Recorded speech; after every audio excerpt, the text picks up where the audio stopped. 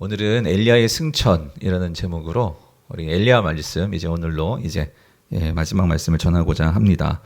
사랑하는 성도님들, 우리는 어제 살펴본 이 열왕기상 19장 말씀을 통해서요, 하나님께서 엘리야에게 주신 사명은 그가 직접 이세벨을 처단하고 심판하고 아합의 가문을 이스라엘 왕정 역사에서 몰아내는 것이 아니라 이 일을 행할 사람들을 준비시키고 그리고 그들을 세우는 것, 그것이 이 엘리야의 사명인 것을 우리가 어제 보았습니다. 그래서 엘리야는 호렙산에서 세미한 음성 가운데 너는 왜 여기 있느냐는 하나님의 음성을 듣고 그의 사명이 무엇인지를 분명히 알게 되었죠. 그래서 엘리야는 이제 어디로 가야 하는지, 그리고 또 그가 무엇을 해야 하는지 그것을 분명히 알고 그의 남은 삶을 하나님이 주신 사명을 위해서 살았습니다. 자, 그래서 여러분, 이 엘리야는요, 그 호렙산에서 이 하나님의 임재 속에 그에게 들려진 이 하나님 말씀을 그가 경험하고 그 말씀이 그의 삶을 완전히 바꾸었죠. 그래서 그가 호렙산에게 오기 전까지 있었던 모든 그 좌절과 또 아픔과 우울감, 이 모든 것들이 다 사라지게 되었고, 그래서 그는 남은 삶을 하나님의 사람들을 세우는 이 일에 전념하며 그가 살았습니다. 그렇게 살고 이제 오늘 본문은 한평생 오직 하나님 나라와 하나님의 영광을 위해서 살았던 그 엘리야가 이제 이 세상을 떠나게 되는 그 마지막의 이야기가 오늘 본문의 이야기입니다. 저는 오늘 본문의 이 말씀을 묵상하면서요, 설교 준비를 하면서요, 그런 마음이 들더라고요. 아, 나도 이 엘리야처럼 이렇게 마지막이 이렇게 아름답고 또 영광스러운 모습이면 좋겠다. 그런 생각을 해보았는데요. 성도님들, 우리가 참으로 마지막까지 할 일이 있고, 그리고 그 마지막 순간까지 모든 것을 우리가 다 이제 나의 모든 것들이 그렇게 다 소진되어서 하나님께 아낌없이 후회함 없이 우리가 간다면 참 그것만큼 복되고 또 그것만큼 영광스러운 일이 어디 있을까 하는 생각을 해보았습니다.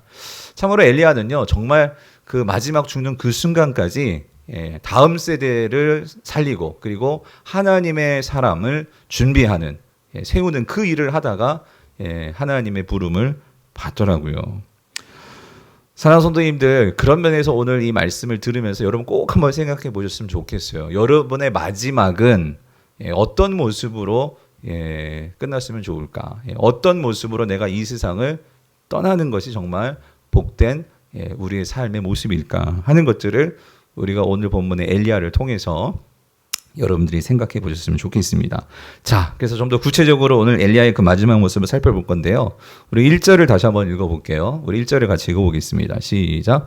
여호와께서 회오리 바람으로 엘리야를 하늘로 올리고자 하실 때에 엘리야가 엘리사와 더불어 길갈에서 나가더니예요. 오늘 본문을 보면 이 엘리야의 마지막이 어떤 모습이 될지에 대해서 엘리야 자신도 알고요, 또 엘리사나 또 이 엘리야의 제자들도 알았던 것 같아요. 그래서 엘리야는 이 자신의 삶을 정리해야 될 때가 가까이 오는 것을 알고 그 마지막을 계획을 합니다. 어떻게 나의 남은 삶을 정말 잘 쓸 수 있을까? 그 계획은 내가 지금까지 사역을 너무 열심히 했으니까 이제 좀 쉬자. 이제 모든 거 다 내려놓고 하나님이 부르시는 그 날을 그냥 집에서 그렇게 맞자, 이게 아니었고요. 엘리야는요, 그 마지막을 자신이 지금까지 이 호렙산에서 어제 본문 이후로 하나님께 받은 사명을 가지고 이제 다음 세대 이세벨과 이 아합에 대해서 그 하나님 나라를 위해서 이 영적 전쟁을 치룰 하나님의 사람들을 세우는 일을 하기 위해서 그가 곳곳에 선지학교를 세웠습니다. 이 선지학교라는 것은 오늘날로 말하면 신학교죠. 그 신학교를 세웠는데 이 엘리야는요, 그 자신이 세운 신학교를 순례하면서 마지막까지 그 후배들에게, 영적인 다음 세대들에게 말씀을 가르치고 그렇게 하나님께 부름을 받고자 이제 그 신학교들을 순례하는 이 사역을 하는 거예요. 자, 그런데 이 사역을 하는데 오늘 1절을 다시 보면은요, 하나님께서 제가 이렇게 사역을 다 마치고 하나님이 엘리야를 데려가시는데 좀 독특한 방법으로 데려가세요. 어떻게 데려가시냐면, 자, 뭐로 데려가신대요? 회오리 바람으로. 예, 회오리 바람으로 이 엘리야를 감싸 안으셔서 하늘로 그렇게 데려가시겠다는 거예요. 성도님들, 왜 하나님은 엘리야를 이제 하늘로 데려가시는데, 하나님께로 데려가시는데, 불러가시는데 이렇게 좀 독특한 이상한 방법으로 데려가시는 걸까요? 자, 여기에는 하나님의 분명한 목적과 그 뜻이 계십니다. 그게 뭐냐면, 하나님은요, 여러분 생각해 보세요. 그러니까 우리가 흔히 말하는 이 엘리야가 그러니까 승천되는 거잖아요. 이게 얼마나 놀라운 모습입니까? 근데 하나님은 엘리야를 그렇게 신기한 방법으로, 승천의 방법으로 그렇게 데려가셔서 엘리야를 어떤 신앙에 영시하려는 목적이 있는 것은 절대 아니죠. 그게 목적이 아니고, 하나님은 이 엘리야의 그 승천하는 모습을 통해서 다음 세대들에게, 엘리사뿐만 아니라 지금 엘리야의 그 제자였던 그 선지 생도들에게 말씀해주고 싶은 바가 있는 거예요. 그게 뭐냐면, 이미 특세 때도 말씀드렸지만 당시 이 가나안 문화 그 배경 속에서 이 바알이라는 우상은요, 바알이라는 씨는 이 바람, 구름, 또 천둥, 또 비, 이슬, 번개 이런 거를 주관하면서, 그러니까 구름을 타는 그런 신으로 알려졌던 자가 바알이었어요. 근데 하나님께서 지금 뭘 하시냐면, 그런 바알이 아니라 엘리야를 오히려 바람을 타게 하시고 그 바람을 통해서 하나님께로 데려가시겠다는 거예요. 이건 뭘 말씀하시는 거냐? 이 모든 바람과 구름과 이 모든 것들을 주관하시는 분은 바알이 아니고 누구라는 거예요? 하나님이시라는 거죠. 그 하나님이심을 이 엘리사와 그 엘리야의 모든 제자들에게 이 사실을 분명하게 보여주시기 위함이라는 거예요. 그래서 이 엘리야는 특별히 이 엘리사를 데리고 이 마지막 그 순간을 같이 이제 함께 하게 되는 것입니다. 그래서 이제 이 엘리야가 엘리사를 데리고 어디를 가느냐? 오늘 본문을 보면은요, 길갈에서 출발을 해서요, 베델과 여리고와 요단에 이르게 됩니다. 그런데 여러분, 이스라엘의 역사를 우리가 보게 되면은요, 이 길갈, 베델, 여리고, 요단은요, 하나님께서 이 이스라엘을 출애굽시키고 이제 가나안 땅에 그들에게 약속의 땅으로 주시는 이 출애굽의 모든 과정 속에서 중요한 역사적 의미를 가졌던 곳이 이 네 곳이라는 거예요.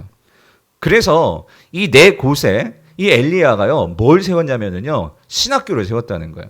그러니까 하나님의 역사가 깃든 그 역사적인 그 장소에 엘리야는 하나님을 위해서 준비된 사람들을 그곳에서 훈련시키고 말씀을 가르치는 그런 신학교를 세웠다는 거예요.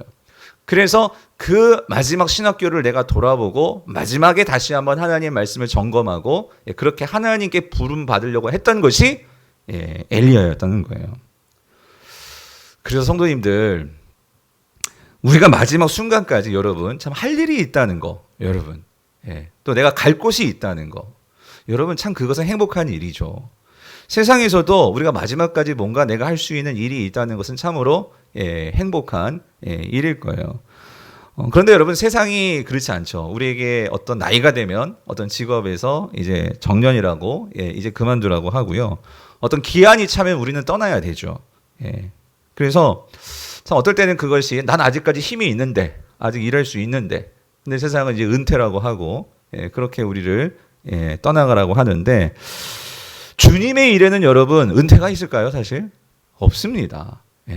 우리가 주님의 일을 함에 있어서는 사실 우리가 떠나감, 은퇴라는 것이 있을 수 없죠. 물론 교회에도 직분이라는 것이 있어서 은퇴라는 것이 있어요. 하지만 교회 안에서 오늘 우리가 성도들로서 사람을 세우고 또 사람을 섬기며 복음을 전하고 신앙을 전수하는 이 일, 여러분 이 일에서 은퇴가 있을 수 있을까요?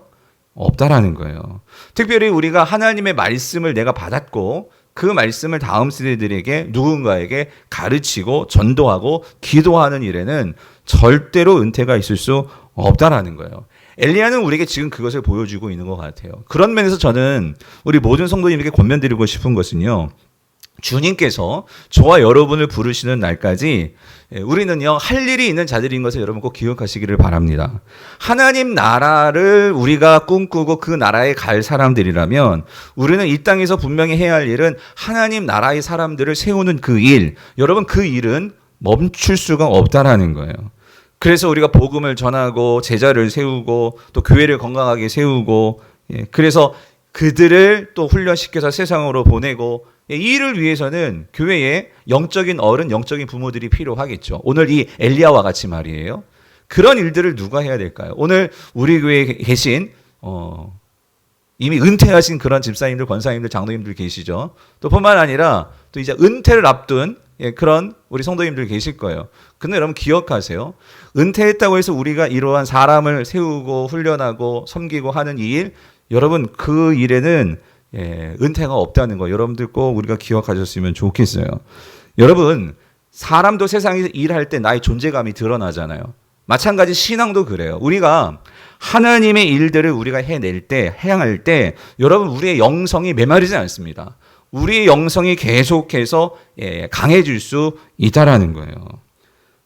그러므로 이미 우리 지금 예배당에도 우리 은퇴하신 권사님들 계시고 집사님들 계시고, 여러분 지금까지 너무나 귀한 일꾼들이셨잖아요. 지금도 여러분들이 기도의 자리 잘 섬기고 계시고 계시는데, 바라기는 우리 모든 성도들이 내가 나이가 이제 있으니까 이제 교회 일도 이제 끝이야, 그게 아니고 정말 그 어떤 것보다도, 물론 우리가 몸으로 해야 하고 우리가 정말 그런 일들은 있어요. 그런 것들은 이제 후배들이 하시겠죠.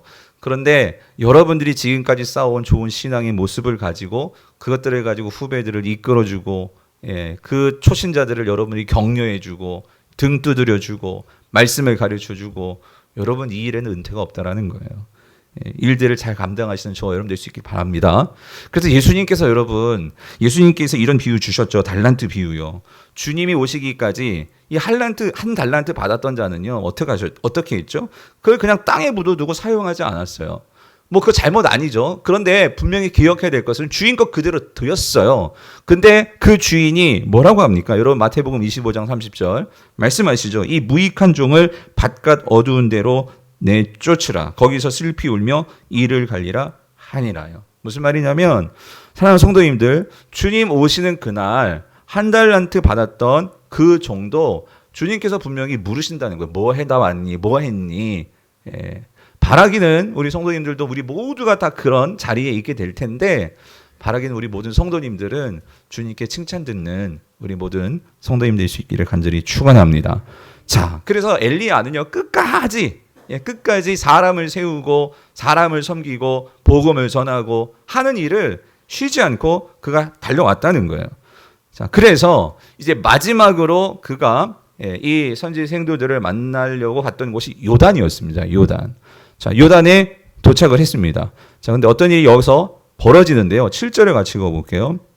우리 7절, 8절을 같이 읽겠습니다. 시작. 선지자의 제자 50명이 가서 멀리 서서 바라보매 그 두 사람이 요단가에 서 있더니 엘리야가 겉옷을 가지고 말아 물을 치매 물이 이리저리 갈라지고 두 사람이 마른 땅 위로 건너더라요. 자, 무슨 말이냐면, 자, 요단 강이죠. 요단 강가에 이제 엘리야와 엘리사가 섰어요. 근데 저기 멀리는 이 엘리야의 제자가 되는 이 50명의 선지 생도들이 있는 거예요. 자, 그래서 이제 두 엘리야와 엘리사를 바라보고 있는 거예요. 그 50명들이. 근데 이 요단 강에서 이 엘리야와 엘리사가 뭘 하냐면, 자, 엘리야가 갑자기 겉옷을 벗어요. 그래가지고 이거를 두루두루 말아요. 말아가지고, 자, 뭘 하냐면, 그걸 갖고 요단강을 어떻게 했죠? 친 거예요. 겉옷으로. 그랬더니 어떤 일이 벌어졌어요? 그 강이 쫙 갈라진 거예요. 그 강이 갈라지고 그 요단강을 누가 건너가죠? 이 엘리야와 엘리사가 같이 걸어가는 거예요. 자, 성도님들. 지금 엘리야는 왜 여기서 이 요단강을 가르는 것을 엘리사에게 보여주는 것일까요? 그리고 지금 또 이 모습을 지금 누가 보고 있어요? 저기 뒤에서 50명의 선지생들이 보고 있는 거예요. 자, 이게 왜 엘리야는 지금 이런 행동을 하는 것일까? 여기에는 두 가지 엘리야의 목적이 있었던 것 같아요. 첫 번째는 엘리야와 지금 함께 이 강을 걷는 자는 누구죠? 엘리사죠. 엘리사는 여러분 누굽니까? 엘리사는 이 엘리야의 한마디로 후계자예요. 앞으로 이 엘리야가 해야 할 일을 누가 이어서 할 거예요? 엘리사가 이어서 할 거예요.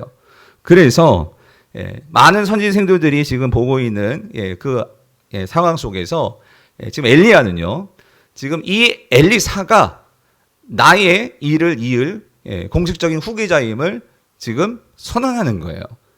이 엘리야가 바로 옆에서 이 모든 과정들, 강이 갈라지고 하는 것을 직접적으로 본 사람은 엘리사였어요. 그러므로 엘리사가 이제 엘리야의 그 후계자임을 이 공식 선언하는 장면이 바로 이 요단강이 갈라지는 이 모습이라는 거예요. 자, 그래서 자, 이렇게 갈라지고 나서 엘리야가 엘리사에게 이렇게 말을 합니다. 너 나에게 뭐 원하는 거 없니? 이렇게. 자, 9절 한번 보세요. 9절을 보니까 자, 이제 건넜어요. 건너가서 엘리야가 엘리사에게 이르되 나를 내게서 데려감을 당하기 전에 내가 내게 어떻게 할지를 구하라. 무슨 말이냐면 지금 엘리야도 엘리사도 알아요. 지금 이 상황에서 이제 헤어져야 돼요. 하나님께서 엘리야를 불러 가실 거예요. 마지막 순간이죠. 요즘 말로 말하면 임종의 순간이란 말이에요. 그런데 엘리야가 그러는 거예요. 나 떠나기 전에 너 나한테 정말 바라는 거 있니? 뭘 원하니? 이걸 물은 거예요. 자, 이 상황에서 엘리사는 과연 뭘 구했을까? 성도님들, 엘리야는 지금 하나님의 능력의 선지자란 말이에요. 그 선지자가 만약 여러분이 엘리사라고 생각해 보세요. 우리 장로님 뭘 원하십니까? 아니면 우리 권사님 뭘 원하십니까? 라고 묻는다면 뭘 구하시겠어요? 우리 아들 사업 대박 나는 거요. 아니면 나 건강해지는 거요. 뭘 구하시겠어요? 그러니까 내가 가장 바라는 거를 구하겠죠? 그렇죠? 그걸 구할 텐데, 엘리사는 뭘 구했을까요?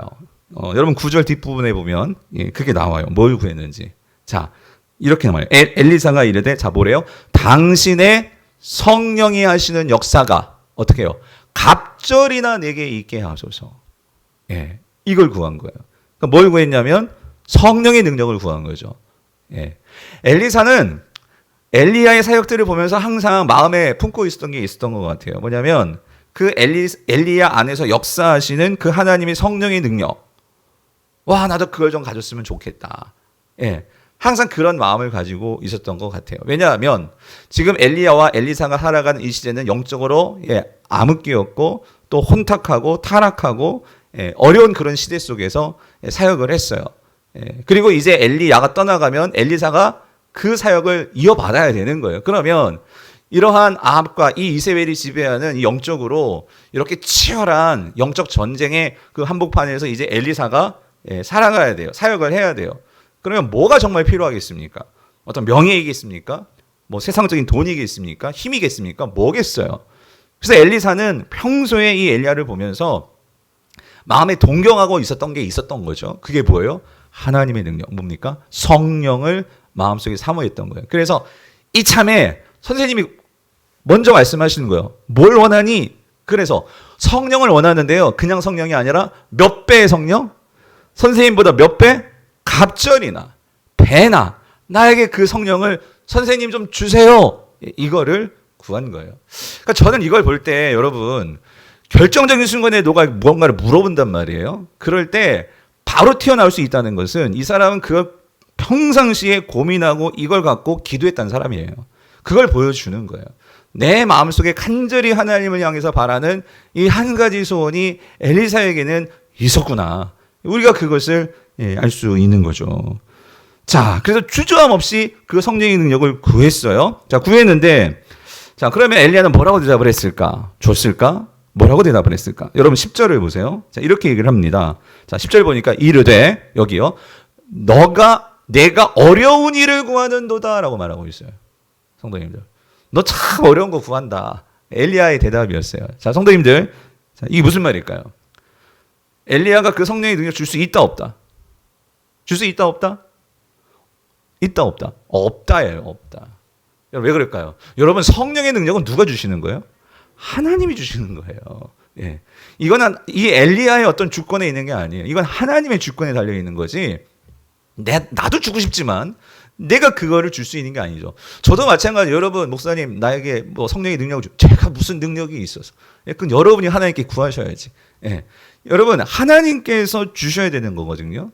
그래서 이 엘리야가요, 나는 줄 수 없는데, 근데 단서가 붙죠. 그러나가 붙어요. 그러나, 그죠? 그러나, 자, 이게 있어요. 나를 내게서 데려가시는 것을 네가 보면 그 일이 내게 어떻게 해요? 이루어지려니와. 그렇죠? 이게 무슨 말이냐면, 자, 나를 내게서 데려가시는 분은, 나를 너에게서 이제 데려가시는 분은 누구십니까? 하나님이시죠. 그렇죠? 그런데 그렇게 하나님께서 나를 데려가신 것을 너가 보면, 자, 뭐가 임한다고요? 성령의 능력을 네가 2배나 받을 거야. 자, 근데 그렇지 아니하면 이 말은 뭐예요? 하나님께서 나를 데려가시는 것을 네가 보지 못하면, 그러면 이루어지지 아니하리라. 즉 하나님의 성령이 임하지 못할 거야. 받지 못할 거야. 이걸 말씀하는 거죠. 자, 근데 여러분 여기서요. 도대체 이 엘리야가 말하는 이 말은 뭡니까? 그러니까 여러분 이거죠. 하나님께서 이제 엘리야에게 임하셔서 그를 데려가실 거예요. 이거를 엘리사가 볼 수 있다는 것은 엘리사도 뭘 보게 되는 거냐면 하나님의 현현을 보게 되는 거예요.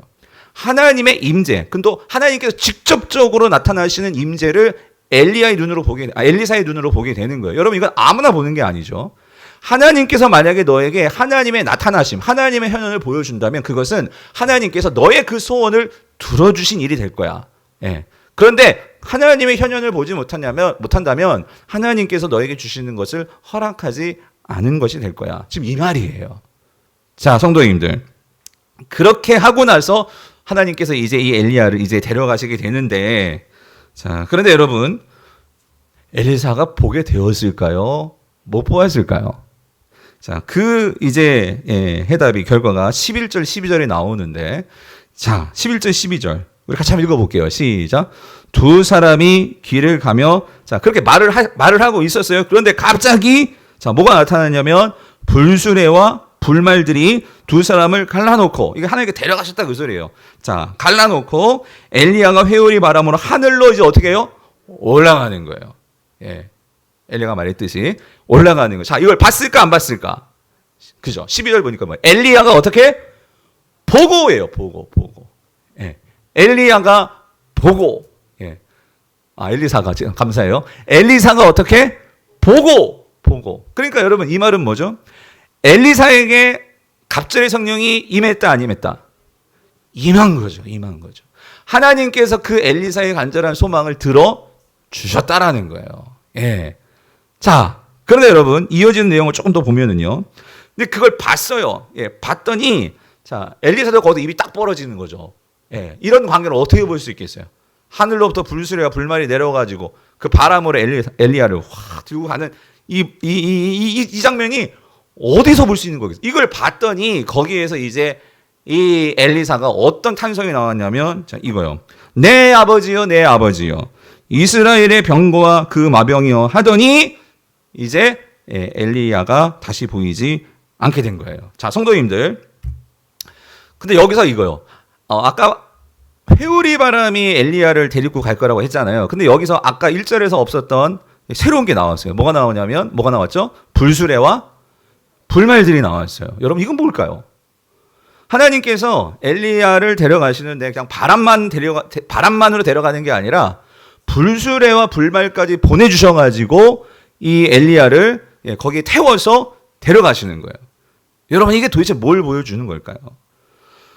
성도님들, 엘리야는 어떤 사람이에요? 지금까지 정말 홀로 이 아합과 이 이세벨의 정말로 평생토록 그들과 싸우면서 정말 힘겹게 신앙의 전투를 해온 어떤 면에서 역전의 용사죠.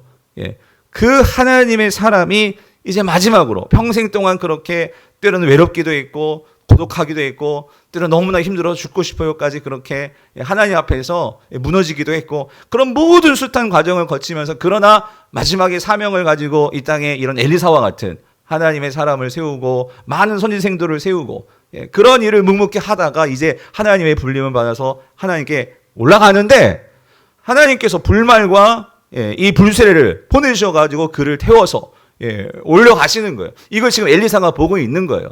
성도님들, 여기서 이 모습이 뭘까요? 불말과 불수레가 보여주는 이 모습의 의미는 뭘까요? 그런데 여러분, 한 가지, 여러분 이 불수레와 불말이 도대체 뭘까? 근데 여러분, 우리 창세기 41장을 보면은요, 이런 사건이 있거든요. 뭐냐면 요셉이 이제 그 애굽의 노예로 팔려가지고 나중에 이제 그 죄수까지 돼가지고 그랬는데 어느 날 이 바로가 꿈을 꿨는데 그 꿈을 못 맞춰가지고 그래가지고 막 바로가 여기에 대해서 이 꿈이 뭔지 막 궁금해서 이 애굽의 술사들한테 물어봤는데 못 맞추잖아요, 그 꿈을. 그런데 그 꿈을 누가 맞춰요? 감옥 속에 있었던 죄수의 신분이었던 요셉이 그걸 맞추잖아요, 그죠? 이거를 맞추니까 이 바로가요 너무나 기뻐가지고 그것이 또 너무나 고마워가지고 이 요셉을요 바로가 자신의 궁궐로 데려옵니다. 근데 궁궐로 데려오는데 여러분 어떻게 데려온 줄 아세요? 41장에서 바로가 자신의 요즘 말로 말하면 전용차를 내준 거예요. 전용차. 거기에는 버금수레라고 나와요. 버금수레.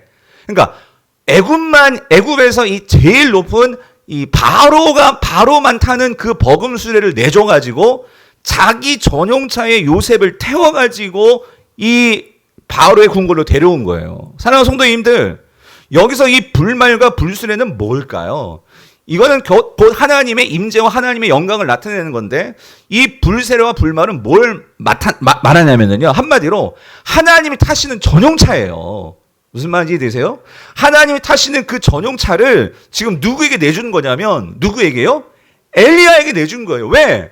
너무나 고마워서 이 세상에서 하나님을 위해서 욕 직살이 먹고 목숨까지 빼앗길 뻔하고 그런데도 불구하고 나를 위해서 그 모든 것을 참고 견디고 주의 나라를 위해서 살아온 이 엘리야 가만 놔둘 수 없죠. 그러니까 하나님께서 그냥 바람으로 싹 올리는 게 아니라 뭘 보냈다고요? 하나님의 전용차를 보냈다고요, 여러분. 하나님의 전용차를 보내가지고 그거를 태워가지고 올려보내는 그 모습을 엘리야는 직접 탔지만 그걸 또 지금 누가 보고 있어요? 누가 보고 있어? 엘리사가 보고 있어요. 여러분, 엘리사가 그 모습을 보는 모습 마음이 어땠을까요? 알잖아요. 엘리야가 얼마나 힘들게 정말로 이 땅에서 살아왔는지를 엘리사는 너무나 잘 알아요. 때로는 욕도 먹고 때로는 숨어 있어야만 했고 정말 그렇게 힘든 삶을 살았는데 그 마지막에 하나님께서 그를 들어서 이렇게까지 하나님의 그 자신의 가장 소중한 자신이 타는 것까지 다 내어주실 정도로 그렇게 태워서 맞아주시는 그 하나님을 볼 때에 여러분 엘리사가 어떤 마음이 들었을까요? 아, 나도 우리 선생님처럼 살고 싶다. 아, 나도 정말로 이 세상에서 때로는 힘들고 어렵겠지만 그게 아무것도 아니구나. 헛된 것이 아니구나. 하나님께서 기억해 주시는구나. 여러분 그걸 보지 않았을까요? 사랑하는 성도님들, 하나님께서 저와 여러분들은 그냥 너희들 알아서 그럴까요? 아니라는 거예요. 오늘 이 엘리야의 승천이 우리에게 보여주는 중요한 메시지는요. 하나님은 이 땅에서 하나님을 위해서 사는 자들의 그 마지막을 그냥 시시하게 그렇게 여기지 아니하신다는 거예요. 나를 위해서 이 땅에서 핍박당하고 나를 위해서 그렇게 살았던 자들 하나님은 반드시 기억하시고 그거를 반드시 갚아주시고 그것이 헛되지 아니하도록 하나님은 그것을 맞아주신다는 거예요. 사랑하는 성도님들, 우리가 이 땅에서 주일을 하다 보면 욕도 먹고 가슴도 시리고 상처도 받고 아픔도 있고 많죠. 그러나 여러분 이걸 기억하세요. 하나님께서 그 엘리야를 자신의 불말과 자신의 그 불수레를 보내주셔가지고 그 엘리야를 맞아주시는 하나님, 그 하나님이 저와 여러분의 하나님이십니다. 그런데 여러분 그거 아세요? 불말과 불수레 정도가 아니라 여러분 이건 너무나 놀라운 신비 아니에요? 하나님께서 저와 여러분을 그 지옥에 빠져버릴 저와 여러분들을 그냥 놔두지 않게 하시려고 뭐까지 내주셨다고요? 자신의 하나밖에 없는 아들 예수 그리스도를 십자가에 내주신 분이 누구십니까? 우리 하나님이시란 말이에요. 여러분 이보다 더 큰 은혜가 어디냔 말이죠. 하나님은 이토록 당신의 사랑하는 자녀들과 자신의 백성들이 이 땅에서 정말 하나님을 기억하고 사는 그 삶 절대로 헛되게 하시는 분이 아니심을 여러분 기억하시기를 바랍니다. 그래서 여러분 이 엘리사가 그걸 보고요 이런 탄성이 있었어요. 12절 다시 보세요. 엘리사가 보고 소리 지르되 내 아버지여 내 아버지여 이스라엘의 병거와 그 마병이여 하더니 이게 나도 모르게 튀어나온 거예요, 여러분. 근데 여러분 여기서 이 말이 도대체 뭘까요? 이스라엘의 병거와 그 마병이요. 이게 무슨 말입니까? 이건 지금 엘리야를 두고 하는 얘기거든요. 엘리야를 두고. 그런데 이 말은 뭘까? 이 말은요. 지금 엘리야가 그렇게 하나님께 올라가는 모습을 보면서 어떤 면에서는 제가 앞에 말씀드렸죠. 나도 엘리야처럼 되고 싶다. 그런 삶을 살고 싶다. 그렇게 되고 싶다. 닮고 싶다. 그러면서 그의 입에서 나온 것은 즉 이 엘리야의 모습을 이렇게 그는 모습을 규정하는 거예요. 뭐냐면 엘리야는 이 암흑의 시대에 이 하나님을 믿지 않고 썩어지는 바알을 숭배하는 그 시대에 있어서 하나님께서 이스라엘에 엘리야는 어떤 존재로 여기셨냐면 이스라엘을 하나님께로 인도하는 하나님 나라를 이 땅에 세우기 위해서 하나님께서 세우신 엘리야는 하나님의 비밀 병기와 같은 존재였다 그 소리예요. 하나님께서 너무나 소중하게 여기시는 하나님께서 반드시 있어야만 하는 이 땅의 그런 존재가 엘리야였다 그 소리예요. 그게 뭐냐면 이스라엘의 병거와 마병. 여러분 고대 시대에 전쟁을 하려면은요. 사람이 가서 이렇게 싸우면은요. 갑자기 막 전차 있잖아요. 병거는 전차거든요. 전차. 그리고 기마병들이 있잖아요. 이 사람들이 막 말 타고 한 번 그걸 지나가면은요. 여러분 거기 위압당하죠. 그게 무슨 말이냐면 그 고대 전쟁에서 승리하려면 이 병과 마병이 필수적인 무기였는데 그러니까 엘리야가 그런 존재였다라는 거예요.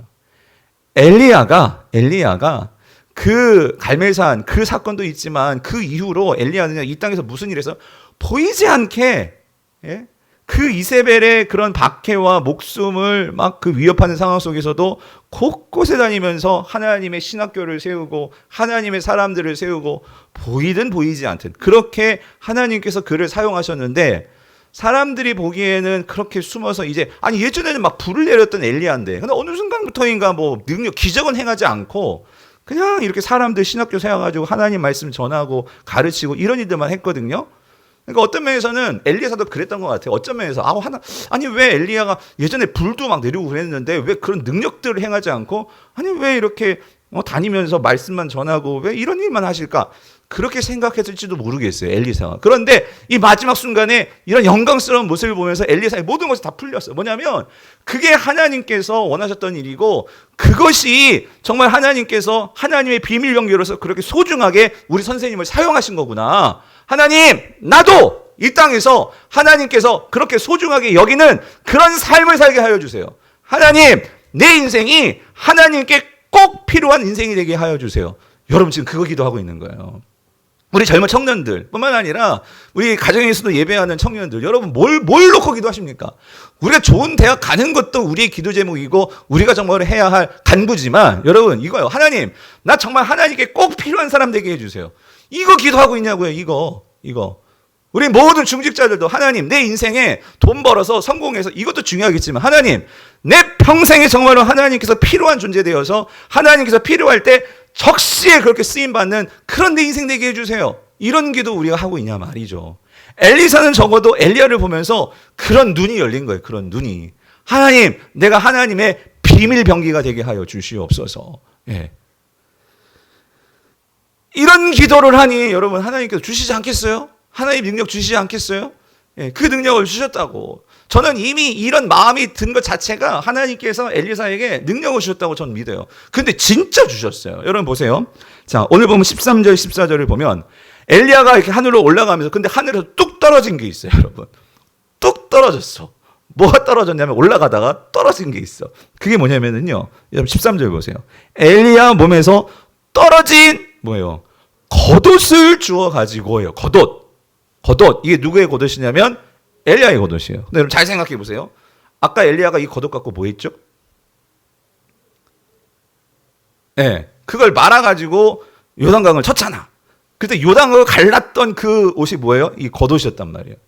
그러니까 여러분 엘리야가 올라가면서 그 겉옷이 떨어졌다는 것은 이건 뭘 상징하는 걸까요? 엘리사에게 너의 갑절의 성령의 능력이 주어지지 않았다? 주어졌다는 거죠.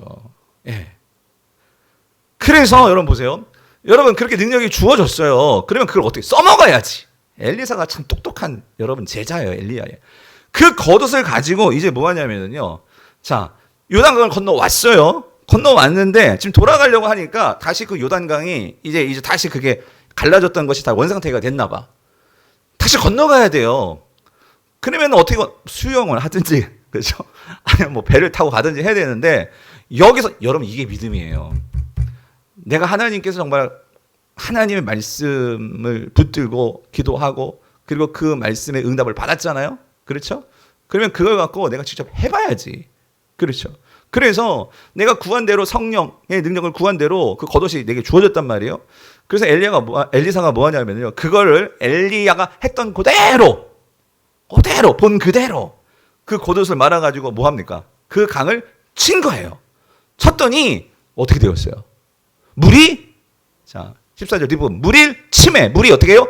이리저리 갈라지고 어떻게 되었어요? 엘리사가 어떻게 해요? 건너니라요. 여러분 누구를 보고 따라가느냐 참 중요한 것 같아요. 예. 엘리사에게는 엘리야가 있었기 때문에 그렇죠? 예. 그 또 엘리사가 있었기 때문에 우리가 후대에는 세례 요한이 나오고 이것이 이 세례 요한을 통해서 예수 그리스도까지 이어지는데 그러니까 뭘 보고 뭘 따라가느냐가 참 중요한데 예. 이 엘리사는요. 이 엘리야의 모습 그대로 이제 보고 따라가면서 그 사역들을 펼쳐 나가는데 중요한 거는 이게 갈라졌다는 거예요. 갈라졌다. 그러니까 이 갈라졌다는 것은 엘리사에게 능력이 주어졌다는 거죠. 근데 더 중요한 게 있어요. 지금 이 모든 모습들을요. 저쪽에서 보고 있는 사람들이 있어요. 여러분 기억하세요? 이 요단강을 건너올 때부터 자 누가 있었죠? 예, 제자들이 있었어요. 엘리야의 제자들이 있었어요. 근데 한 가지 여러분 중요한 차이가 있어요. 엘리사하고 이 제자들의 차이가 있어요. 지금 엘리야의 이 50명의 제자들은요. 요단강이 갈라져서 엘리사하고 엘리야가 건너가는 거 봤어요. 그렇죠? 그리고 근데 이번에 또 갈라졌는데 그때는 누가 건너오냐면 이번엔 아까 두 사람이었는데 지금 한 사람이에요. 그 한 사람은 누구예요? 엘리사만 오는 거예요. 그렇죠? 이거는 이들이 봤어요. 근데 이들이 못 본 게 있어요. 이들은 뭘 못 봤죠? 엘리야가 회오리반 올라가는 건 못 봤어요. 예. 그러니까 이들에게 뭐가 없어요? 능력이 없지. 여러분 뭘 보느냐가 중요해요. 하나님을 믿고 하나님을 신뢰함으로 내가 정말 그 말씀을 따라 살아감으로 그 하나님의 능력을 보는 사람과 보지 못하는 사람이 한 교회에 있어요. 오늘 이 예배를 드리면서도 오늘 이 하나님 말씀을 정말로 내가 믿고 그 말씀을 보고 그 말씀을 행함으로 나의 삶 속에서 하나님의 임재와 하나님의 영광을 경험하는 성도들이 있고요. 똑같이 예배를 드려도 그것을 못 보기 때문에 능력을 받지 못하는 성도들도 있다는 거예요. 그러면서 우리가 사모해야 된다는 거예요. 하나님, 엘리사처럼 평소에 하나님 나에게 이런 성령의 능력을 갑절의 능력을 주시옵소서. 이게 나의 매일매일 삶 속에서 이것이 나의 삶 속에서 흘러나와야지만 결정적인 순간에 우리가 그것을 놓치지 않고 하나의 영광을 붙들 수가 있단 말이죠. 여러분 아멘이십니까? 하나의 능력을 받으시는 저와 여러분들 수 있기를 간절히 축원합니다. 그래가지고 이 사람들이 엘리사가 가르는 걸 봤어요. 이거를 보니까 여러분 어떻게 할 수밖에 없을까요? 여러분 15절 다시 한번 보세요. 자, 맞은편 여리고에 있는 선지자의 제자들이 그를 보며 이 그가 누구예요? 이건 엘리사지. 엘리사를 보며 말하기를 엘리야의 성령이 하시는 역사가 이제 누구 위에?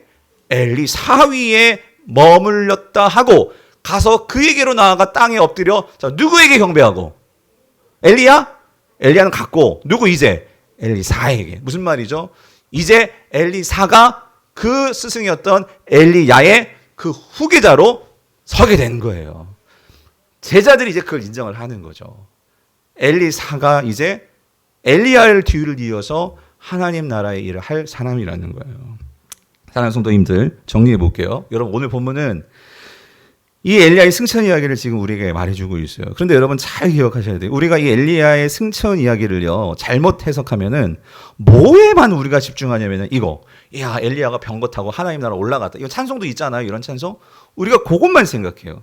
그런데 여러분 엘리야의 승천 기사가 우리에게 말해주고 싶은 것은요, 엘리야가 정말 신기한 방법으로 그렇게 승천했다. 요게 포인트가 아니에요.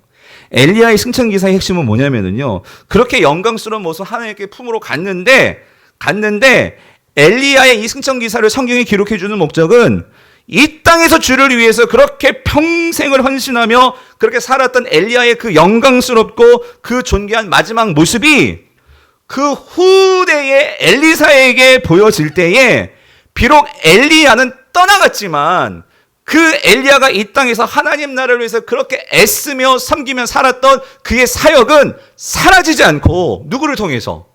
엘리사를 통해서 그 사역이 계속 되어지더라. 이거를 보여주고 있는 거예요. 무슨 말이냐면 이 땅에서 하나님께서 정말로 소중하게 여기시고 바라시는 것은 내가 어떤 큰 일을 하고 사라지는 것, 그게 중요한 게 아니고요.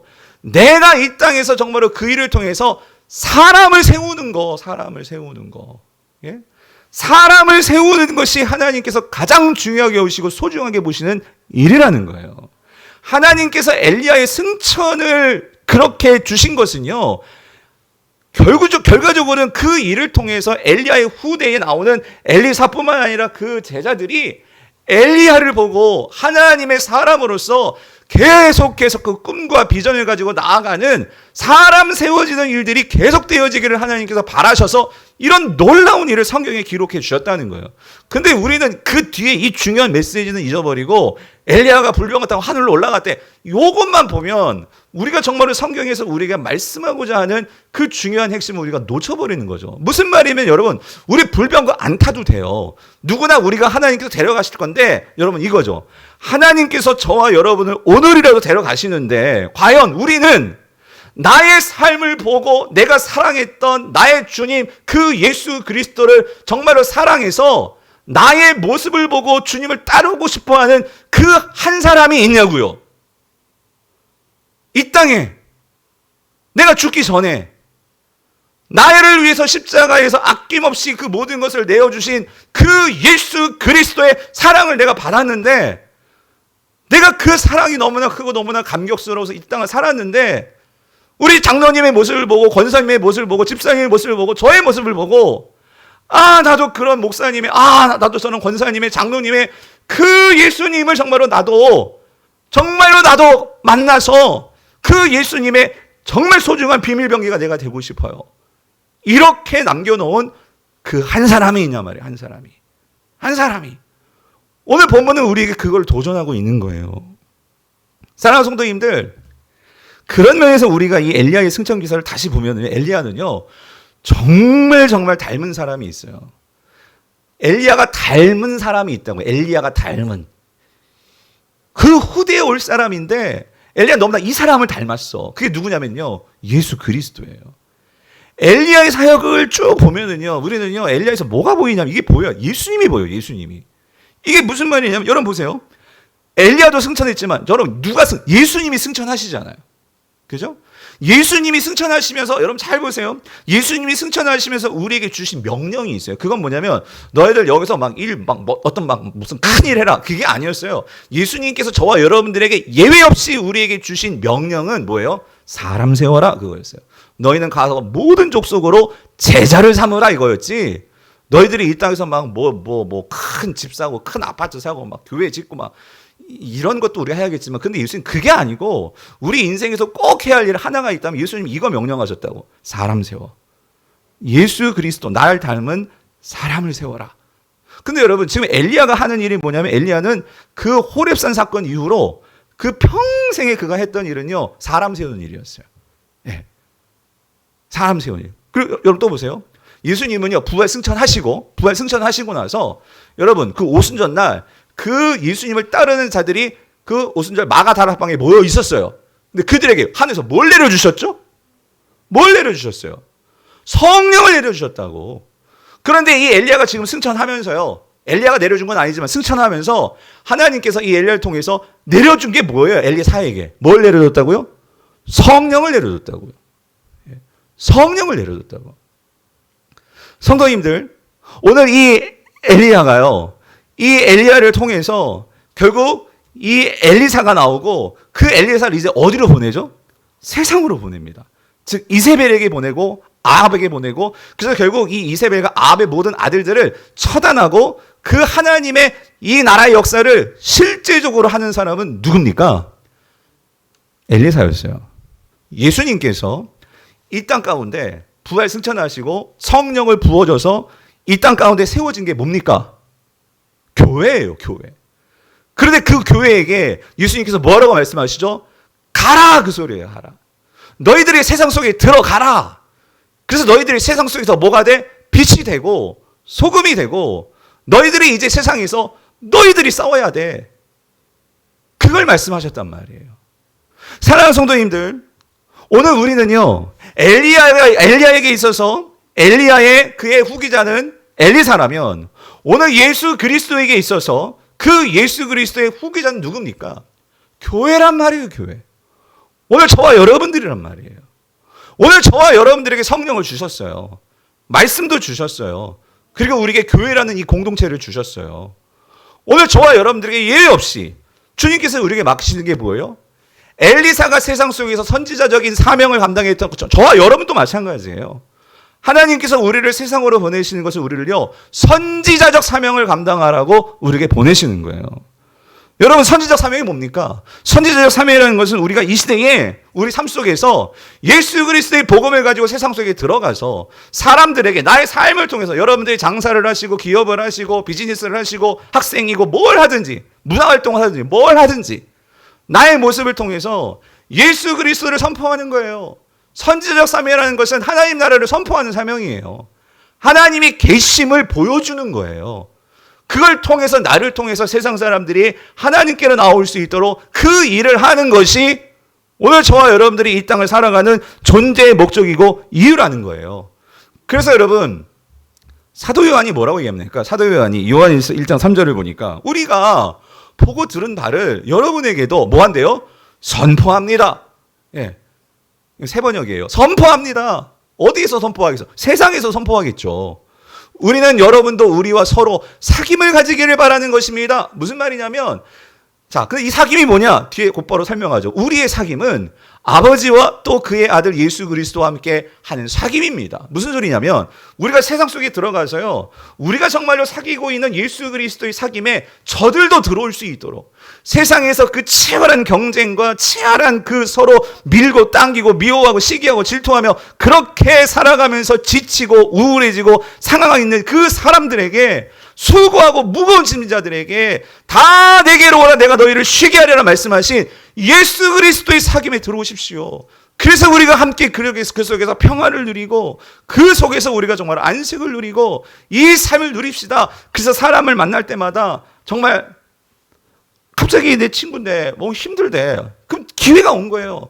너 힘드니 뭐 때문에? 인생이 힘든 거야.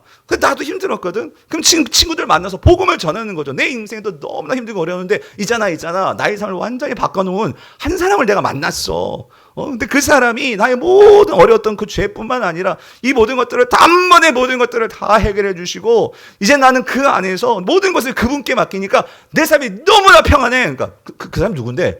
예수 그리스도 하면서 여러분들이 삶에서 만나는 사람들에게 여러분 기회를 하나님께 주신다니까요. 그럴 때마다 우리가 선지자적 사명, 복음을 전하고 하나님의 말씀을 전하고 여러분 이렇게 사는 사람이 이렇게 산다면 여러분 우리는 이렇게 못 살죠. 뭐냐면 6절 7절 보세요. 이어서 요한일서에서 이렇게 말해요. 우리가 하나님과 사귀고 있다고 말하면서 그대로 어둠 속에서 살아가면 우리가 하는 말은 거짓말이 되겠죠. 우리가 하는 말은 거짓말이요. 진리를 행하지 않는 것입니다. 여러분, 내가 예수님과 사귀고 있다고 그렇게 나는 세상 속에 나를 드러내고 그렇게 살아가는데 그 사람이 사기치고 거짓말하고 여러분 그럴 수 있겠어요? 그럴 수 없다는 거지. 그래서 그러나 하나님께서 빛 가운데 계신 것과 같이 우리가 빛 가운데 살아가면 우리는 서로 사귐을 가지게 되고 하나님과 뿐만 아니라 세상 사람들이 우리의 그런 사귐이 보니까 너무 다르거든요. 그러니까 힘들 때 찾아온다고요. 반드시 찾아온다고요. 찾아와서 그들도 힘을 얻고 싶거든요. 그럴 때 하나님의 아들 예수의 피가 우리의 모든 죄를 깨끗하게 해주십니다. 그 모든 것들을 다 벗겨주시고 우리를 새롭게 해주시는 이 영적인 사귐, 이 사귐을 우리에게 허락해 주신단 말이죠. 그러나 여러분 기억하십시오. 우리는 예수 그리스도의 후기자들이에요. 이 시대의 예수 그리스도의 복음을 가지고 세상 속에서 우리는 선지자적 사명을 감당해야 된단 말이에요. 근데 여러분 이러기 위해서 뭐가 필요하다고요? 능력이 필요하다고요. 그래서 엘리사는요 갑절의 능력을 구했잖아. 성령이. 우리도 그걸 구해야 돼요. 우리의 힘으로 어려워요. 그래서 사도 바울이 얘기하는 거예요. 에베소서 5장 10절 18절. 그러므로 어리석은 자가 되지 말고 오직 주의 뜻이 무엇인가 이해해라. 우리가 주의 뜻을 알아야 돼요. 하나님의 마음을 알아야 돼요. 근데 여러분 이렇게 알려면 술 취하지 말래요. 무슨 말이에요? 세상에 오만 것들이 내 안에 들어오면은요 하나님 뜻 분별할 수도 없고 알 수도 없어요. 그래서 방탕하지 말고 뭐 하래요? 오직 성령으로 어떻게 하라고요? 충만함을 받으라. 예? 성령으로 내가 충만해져야 된단 말이에요. 그럼 여러분 성령으로 충만해진다는 게 뭐예요? 그래서 에베소서에서 바울은 이어서 이렇게 얘기해요. 6장 17절에서 성령의 검 곧 뭘 가지라고요? 하나님의 말씀을 가지라. 그러니까 성령 충만이라는 것은 내 머리와 생각과 나의 모든 것에 뭐로 충만해져야 돼요? 하나님의 말씀으로 충만해져야 돼요. 여러분 우리가 특세 때는요 그래도 여러분들 은혜 충만하지 않으셨어요? 왜냐하면 아침부터 하나님 말씀 엄청나게 들었거든요. 그렇죠? 그리고 삶의 스케줄이 이 특세에 맞추니까 하나님께로 모든 것이 다 맞춰질 수밖에 없거든요. 이거를 하기 때문에 여러분들이 하나님께서 은혜를 주시고 내 영을 살리시고, 목사도 마찬가지예요. 일주일 동안 정말 힘들지만 그러나 영이 살아나는 걸 느껴요. 그리고 진짜 신기한 게 뭔지 아세요? 특세 기간 때는요 여러분 정말 이 설교 한 편 준비하는 게 정말 여러분 쉽지 않아요. 예, 좀 알아주셨으면 좋겠습니다, 여러분. 예. 그런데 특세 기간에는요 참 신기한 건 뭐냐면요 설교가 술술 풀려요. 쓸 때 글을 생각을 주시고, 어제 설교도 우리 교육자들 알아요. 제가 보통 한 12시, 1시 보통 이렇게 나가거든요. 어제 10시 반에 끝났어. 예. 이게 무슨 말이냐면 은혜 속에 거하며 살면 하나님께서 막 부어주시는 은혜가 있고 이게 있으니까요 영적으로 쉬운 거예요. 근데 왜 어렵냐? 우리가 세상에 취하다 보면 이게 어려운 거예요. 이게 하나님의 일들이 낯선 거예요. 어려운 거예요. 그래서 저가 그 정도면 여러분 성도님들 여러분 세상에서 세상 사람들 직접적으로 대면해야 되잖아요. 그러니 우리가 검이 없으면 칼이 없으면 우리가 공격을 못해요. 공격을. 그러니까 이 공격하려면 여러분 에베소서에서 말하는 유일한 공격 무기는요 말씀입니다. 말씀. 예, 검을 가져라. 너희들이 검을 가져야지만 이길 수 있어. 근데 여러분 무조건 검 줬다고 다 이길 수 있을까요? 아니에요. 검을 쓸 줄을 알아야 돼. 예? 검을 휘두를 줄을 알아야 돼. 무조건 휘둔다고 여러분 싸움 이기는 게 아니에요. 그 검을 사용하려면, 말씀을 잘 사용하려면 적시적소의 말씀을 때리고 찌르고 여러분 그걸 베고 이걸 하려면 뭐가 필요하냐? 그게 기도라는 거예요. 그게 기도. 그래서 18절 모든 기도와 간구를 하되 항상 어디 안에서? 어디 안에서? 성령 안에서 기도하라고 했어요. 근데 여러분 17절과 18절의 맥락에서 보면 성령 안이라는 것은 결국 뭐 안에서겠어요? 말씀 안에서. 그러니까 여러분 말씀 없이 기도하면 내 생각대로 기도하기 쉬워요. 말씀이 있어야지만 말씀을 붙들고 기도할 때 그 말씀이 능력을 갖는단 말이에요. 성령님이 그렇게 우리 안에서 말씀을 가지고 일할 때 우리 안에서 역사하셔서 우리의 영을 깨어있게 하시고, 예? 그래서 우리가 이걸요 어떻게 항상 힘써라 그 소리야. 깨어 구하기를 항상 힘쓰며. 그러니까 여러분 우리가 특세를 했잖아요. 이거는 어떤 면에서 유격훈련 받으신 거예요. 유격훈련. 잠도 줄여야 되고 하여튼 일주일 동안 유격훈련. 근데 여러분 군인들은 2년 동안 군복무 유격훈련만 받으면 다 나가 떨어질 거예요. 근데 왜 그렇게 특별 훈련을 받습니까? 평상시에 그 훈련했던 것을 바탕으로 해서 평상시에 어떤 나의 기량을 높이고 대비를 하라고 그런 훈련을 하는 거거든요. 특세를 했다면 여러분 내일부터는 날새를 하셔야 돼요. 날새. 날새가 뭐냐면 날마다 새로워지는 아침을 여러분이 경험하셔야 돼요. 날마다 새로워지는 아침은 여러분의 삶 속에서 말씀을 묵상하고 말씀을 듣고 말씀을 가지고 기도하는 이 시간들이 있어야 돼요. 이 시간들이. 예. 그게 있어야지만 우리가 세상을 상대해서 세상에서 이길 수가 있단 말이죠. 제가 이번 특세를 하면서 하나님께서 저에게도 특세를 할 때마다 하나님께서 은혜를 주시는데 이번에 정말 특세를 통해서 하나님께서 어제 저에게 그 특세를 은혜를 주셨어요. 뭐냐면 이번 특세를 하면서 저의 큰 고민은 이 엘리야의 그 사명.